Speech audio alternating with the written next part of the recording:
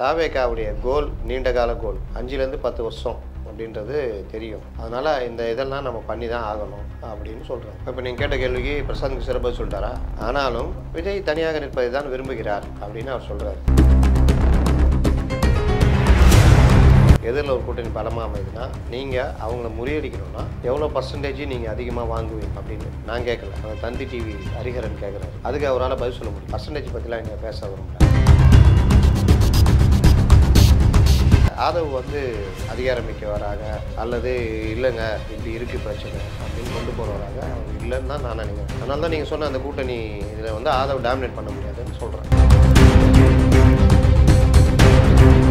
தாவேகாவை எடுத்து பேசுகிறன்ற போர்வையில் கடுப்படிக்கணுன்றது வன்னி அரசு எனக்கு என்னன்னு பேசுனதை தான் நான் பார்க்குறேன். என்ன எங்கே வந்துச்சு? எங்கே இஸ்லாமியர்களால் அவருக்கு பிரச்சனை வந்துச்சு சொல்லுங்கள். இஸ்லாமியர்கள் எதிராக அவர் தான் பேசினார். இந்த இஸ்லாமிய நிலைப்பாடு எதாவது துப்பாக்கி திரைப்படம் இந்த திரைப்படம் நடினா இப்போ விஜயகாந்தெல்லாம் எப்போ கொண்டிருக்கணுங்க. ஒய் பிரிவு இவங்க கேட்டாங்க, போன செப்டம்பரில் கேட்டாங்க. ஏன் கேட்குறாங்க? பவுன்சர் போட்டுலாம் நீங்கள் போக முடியாது. அப்போ நான் கேட்குறேன், ஸ்டாலினுக்கு ஒய் ப்ளஸ் கொடுத்தாங்க. அப்போ அவருக்கு இஸ்லாமியர்கள் இருக்கிறாங்க சொல்லியிருக்காங்க. இஸ்லாமியர்களால் அவர் அச்சுறுத்தல். எவ்வளோ அற்புதமான கேள்விகள்லாம் கேட்டார் ஹரிஹரன். ஒவ்வொரு கேள்வியும் நம்ம நினைக்கிறதெல்லாம் கேட்டுருந்தாருங்க. பக்காவாக இருந்தது. சில கேள்விகள் மட்டும் விட்டார். வருவீங்களே, எப்படி வருவீங்க, என்ன கட்டமைப்பு வச்சுக்கிறீங்க?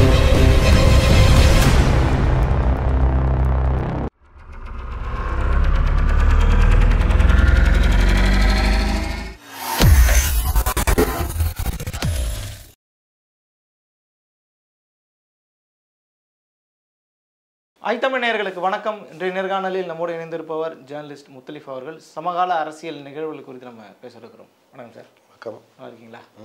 தொடர்ச்சியாக தாவேகா பற்றி நம்ம ஒவ்வொரு அமர்வையும் நம்ம பேச தவறுறதே கிடையாது. அந்த வகையில் இன்றைக்கி இப்போ வரைக்குமே நமக்கு இருக்கிற அப்டேட்ஸை வச்சு தான் நான் உங்கள்கிட்ட கேட்கலான்னு இருக்கேன்.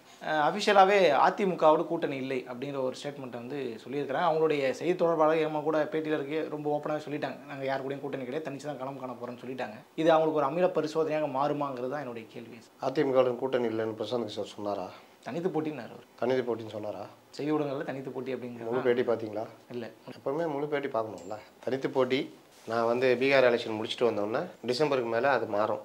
பிப்ரவரி மார்ச்சில் கூட்டணி சம்மந்தமாக முடிவெடுப்போம். இதுதான் அவர் சொன்னது. அதனால் தன்னுடைய டிமாண்ட் அதிகப்படுத்துறதுக்காக போட்டி இல்லை, கூட்டணி இல்லைன்னு பேசிகிட்டு இருக்கிறாங்க. இல்லை, அவங்களுடைய செய்தி தொடர்பாளர் நம்மள்கிட்ட விவாதத்திலே சொல்லும்போது அப்படி தானே சார் சொல்கிறாங்க. செய்தி தொடர்பாளர்கள் சொல்கிறதெல்லாம் கணக்கா? பொதுச் செயலாளர் புசி ஆனந்த் சொல்கிறாரா? விஜய் சொல்கிறாரா? பொருளாளர் வெங்கட்ராமன் சொல்கிறாரா? இவங்க யாராவது கீ போர்ட்ஸில் இருக்க நிர்வாகிகள் யாராவது சொன்னால் ஏற்றுக்கலாம். பிரசாந்த் கிஷோர் சொன்னதே இல்லைன்ட்டார் புசி ஆனந்த். என்ன சொன்னார் புசி ஆனந்த்? தாவேகா தவிர யார் பேட்டி கொடுத்தாலும் அந்த பேட்டி கட்சி கிடையாது. அதிலே பிரசாந்த் கிஷோர் கோச்சிக்கிட்டாப்ல. இந்த மாதிரி கூப்பிட்டு வச்சு அசிங்கப்படுத்துறீங்களாப்பா. அதனால் நீங்கள் கேட்குறது இப்படியே வச்சுக்கலாம். அதிமுகவுடன் கூட்டணி இல்லை, யாருடனும் கூட்டணி இல்லை அப்படின்றது அமில டெஸ்ட்டா அப்படின்னா அமில மலை டெஸ்ட்டுன்னு வச்சுக்கலாம். ஏன்னா பிரசாந்த் கிஷோர் தான் சொல்கிறார், நான் சொல்லலைங்க.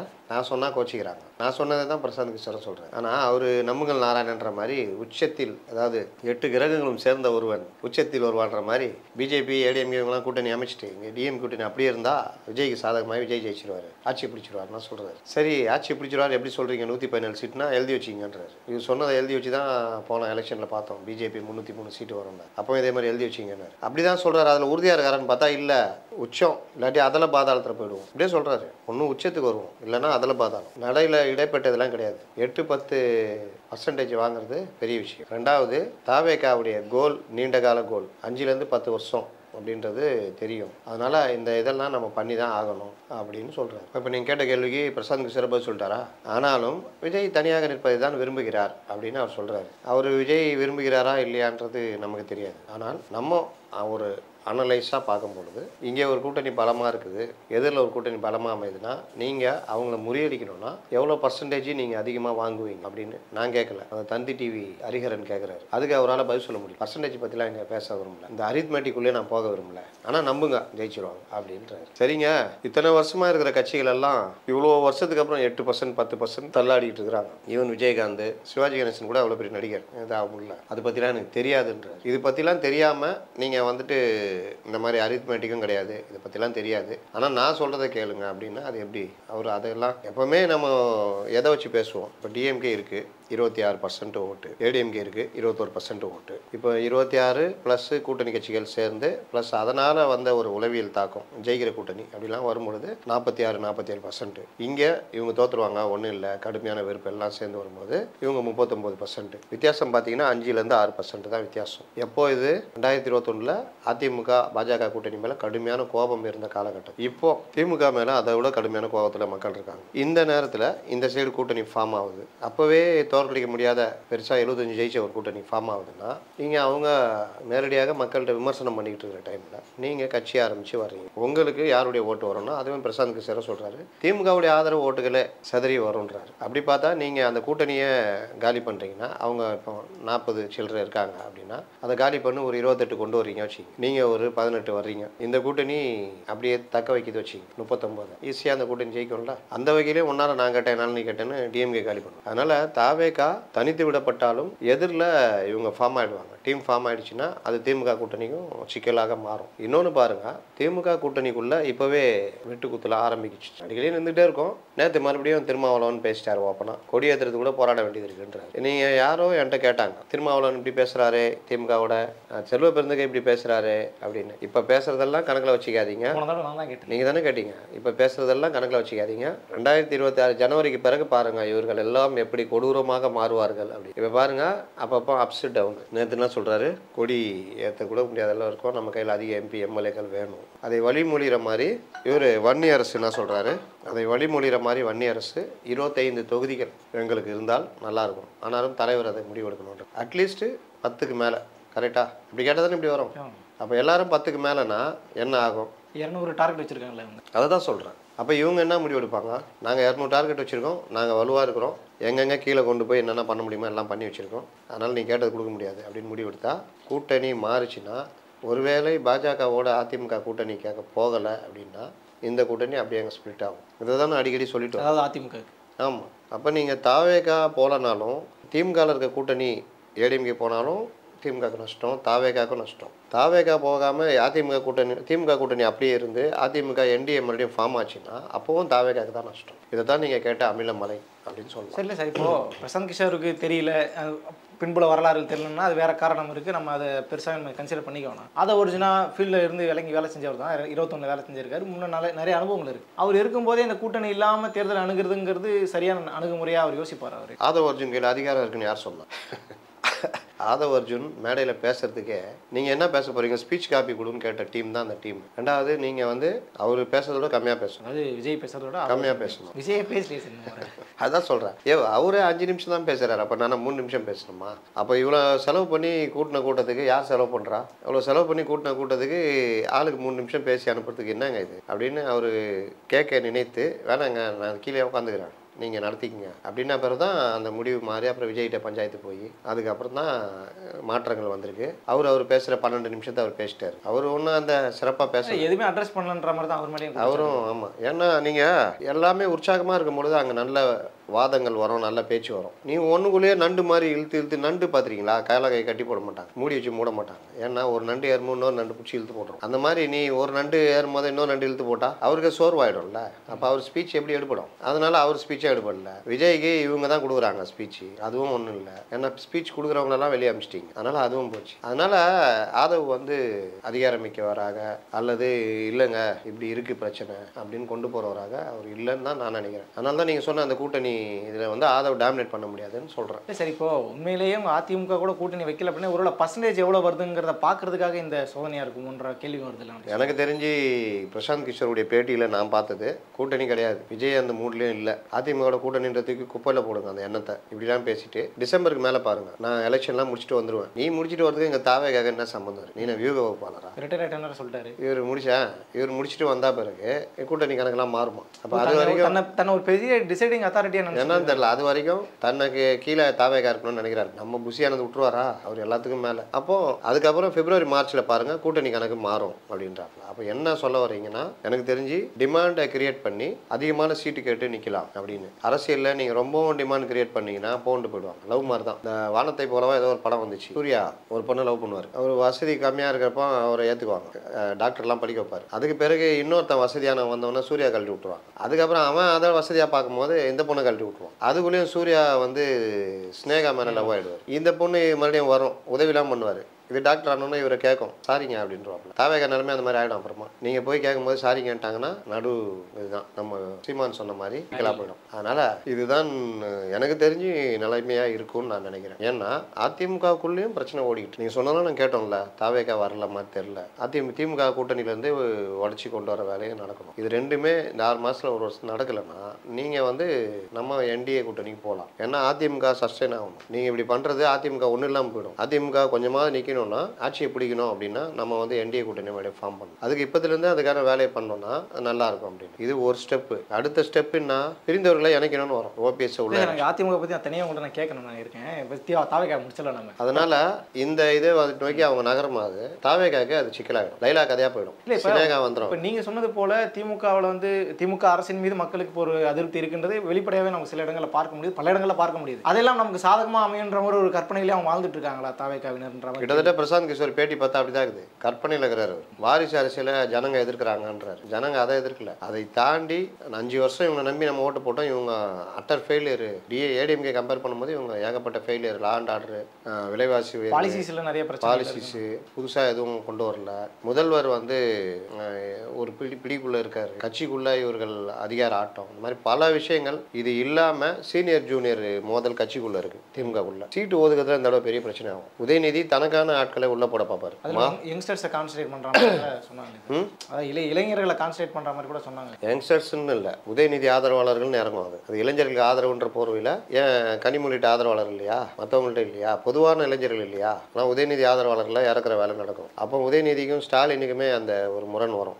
சீனியர் அமைச்சர்கள் அவர்களுடைய ஆதரவாளர்கள் இந்த மாதிரி. இப்போவே நீங்கள் பார்த்தீங்கன்னா பொன்முடி பல பிடிக்கிட்டாங்க. இப்போ அந்த இடத்துல லட்சுமணன் ஒருத்தர் கொண்டு வந்துட்டாங்க. அவர் பையனை டம்மி ஆகிட்டாங்க, பொன்முடி பையனை. அப்போ எல்லா வகையிலுமே ஒரு சீனியர் மினிஸ்டர் ஓரம் கட்டாங்க. துரைமுருகன் பெரியசாமி கிட்டத்தட்ட ஒதுங்குறாரு. அவர் பையன் வந்து செந்தில கொண்டு வராங்க. செந்தில் ஒரு வேளை உதயநிதியோட இதாகணும்னா வேற யாரையாவது அந்த ட்ரை பண்ணுவாங்க. அந்த மாதிரி பல மாவட்டங்களில் இப்போ நேரு பையன் இல்லை நேருக்கு எதிராக அன்பில் ஒர்க் பண்ணாருன்னா அருண் எப்படி இது பண்ணுவார், வேற யாரையாவது கொண்டு வரதுக்கான அருண் எம்பி. ஆனால் இவங்க ஆதரவாளர்களை கொண்டு வரதுக்கான வேலைகள் என்ன நடக்கும் அப்படின்னு பார்த்தீங்கன்னா எல்லா மாவட்டத்திலையுமே அன்பில் உதய் இவர்களுக்கான ஆட்கள் அப்படின்னு நிறவப்படும். ஏன்னா அப்படி வந்தால் தானே அவங்க ஆட்சின்னு வரும்பொழுது டாமினேட் பண்ண முடியும். அதை யோசிப்பாங்க, மற்றவங்களும் அதை யோசிப்பாங்க. அப்போ இந்த சீனியர் ஜூனியர் மோதலும் ஆரம்பிக்கும். இது வேட்புமனு தாக்கல், பிரச்சாரம், மற்ற விஷயத்தில் எதிரொலி, இது எல்லாமே இவர்களுக்கான பலகீனம். இது இல்லாமல் கூட்டணி கட்சிகளை எப்படி ஹேண்டில் பண்ணுறது இல்லை. ஸ்டாலினுக்கும் உதயநிதிக்குமே கருத்து வேறுபாடு வரும். ஏன் வரும்னா இவர் வெளியில் சொல்லிக்கலாம் அப்பா தான் முடிவெடுப்பாருன்னு. அப்படிலாம் இல்லை, நாங்கள் இவ்வளோ தான் இருந்தால் இல்லாட்டி போன்ற மாதிரி தான் கொண்டு போவோம். அது ஸ்டாலின் கொஞ்சம் நீக்கி போக்கா நடக்கலாம்னு நினைப்பார். நம்ம கொஞ்சம் கூட கொடுக்கலாம், ரெக்க வைப்போம் அப்படின்னு. ஏன்னா அடுத்த தலைமுறையில் ஒரு கலைஞருக்கு அடுத்த தலைமுறை கொஞ்சமாவது அந்த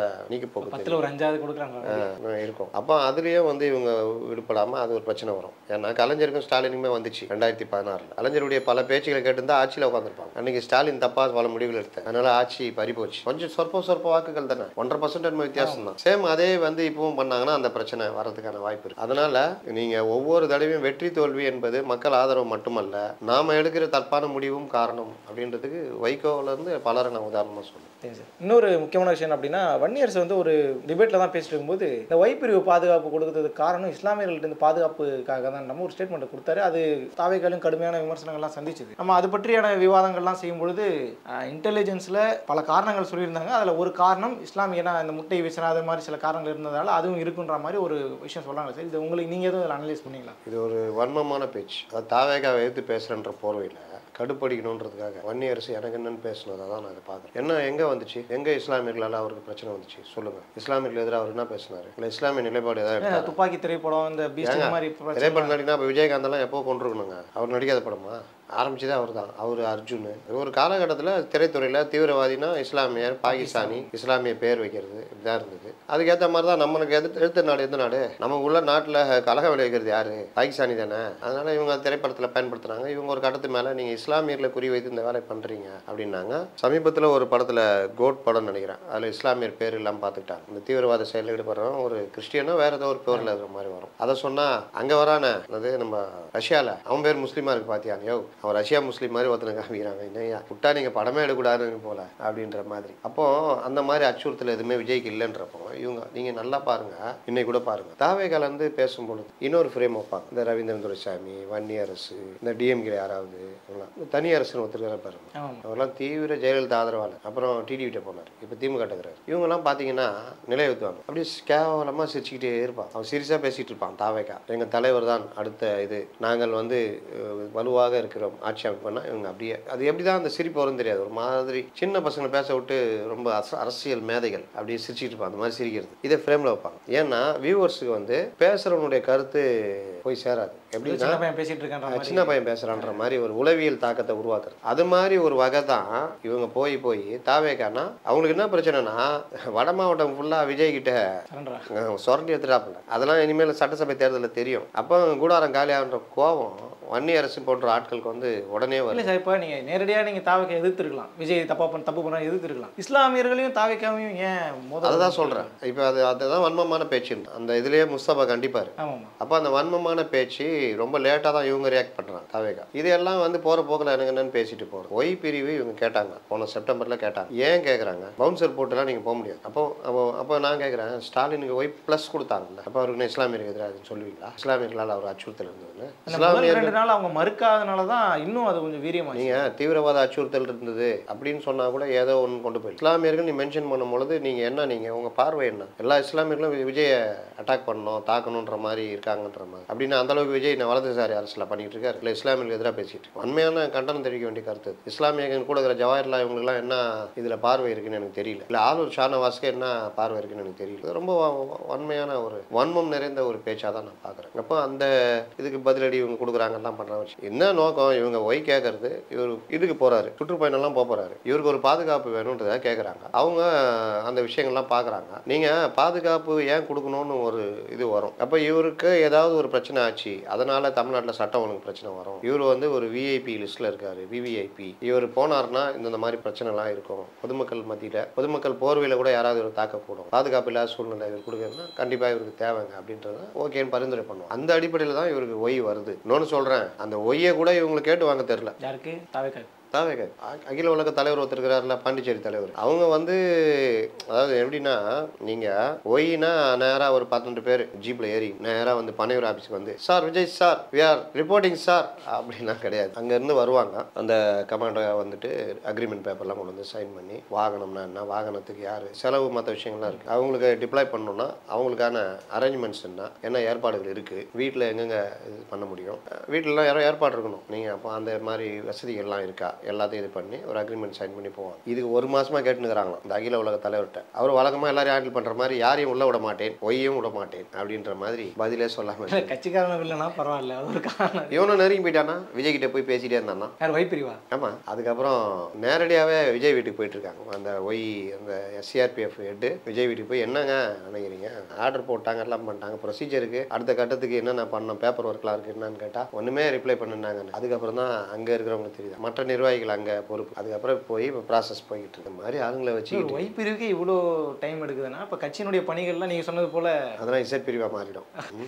ஜீரோ. அதனால இப்போ பிரசாந்த் கிஷோர் சொல்றாருல, அவர் ஒரு நாட்டு வைக்கிறாரு பாத்தீங்களா, நீங்க கட்டமைப்பை வலுப்படுத்த வேண்டும், மக்கள் தொடர்பை அதிகரிக்க வேண்டும், வேகமாக செயல்பட வேண்டும், இதெல்லாம் இருந்தால்தான் சாத்தியன்ற. இன்னொன்று இலக்குன்றது 5 to 10 வருஷம்ன்றார். இவ்வளோ விஷயம் அவர் சொல்லிட்டு போற போக்கில் சில விஷயங்கள் சொல்றாரு, நம்புங்கள் நாராயணன். ஆனால் இது எதுவுமே நடக்கல வச்சுங்க. நான் தான் சொன்னேன்ல, கட்டமைப்பை பலப்படுத்து, வலுவான ஒரு கட்டமைப்பை உருவாக்கு, மக்கள்கிட்ட தொடர்பு அதிகரித்து பண்ணு, எல்லாம் பண்ணுன்னு சொன்னேன். நீ பண்ணல, அதுக்கு நான் என்ன பண்ணுவேன்ட்டு போய்கிட்டே இருப்பார். அவரு என்ன சைனா பண்ணியிருக்காரு, சைன் பண்ணது நம்பல் நம்பல் இருக்காரு ஜான் ஆரோக்கியசாமி, அவர் தானே சைன் பண்ணியிருக்காரு. அவருக்கு என்னன்னா அவருக்கும் யாரும் உள்ள விடக்கூடாது. யாருமே உள்ள விட யார் தான் கட்சி நடத்துறதுன்னு கேள்வி. விஜய் தான் நடத்தணும். கடைசியில் அவரும் உள்ள விடலாம். அவரை கூட யோசிப்பாங்க, நீங்கள் எதுக்கு நீங்கள் விஜயை சந்திக்கலாம்னு நினைக்கிறீங்களா? அதெல்லாம் விட மாட்டேன், நான் தாங்க விஜய். அப்படியா, சரி சரி போங்க. அந்த மாதிரி தான் நடந்துகிட்டு இருக்கு. சரிங்க சார். இந்த இன்னொரு விஷயம் சார், இந்த அறிக்கை ஒன்று கொடுத்துருந்தாங்க. அதாவது புஷி ஆனந்த் வந்து ஒரு அறிக்கை கொடுத்துருந்தாரு. அதில் வந்து இந்த சேட்டலைட் மீடியாலாம் வந்து விஜய் ஆதரவாளர், தாவேக்கு ஆதரவாளர்னு சொல்லி இவங்களா ஒரு ஆளை ரெடி பண்ணுறாங்க. எனக்கு என்ன கேள்வினா, மீடியாவுக்கு என்ன சார் அப்படி அஜெண்டா இருக்க போகுது? நான் என்ன கேட்குறேன்னா, ஏன் இவ்வளோ நாளாக விடாமல் நேற்று விட்டீங்க? முந்தா நாள் சொல்லு.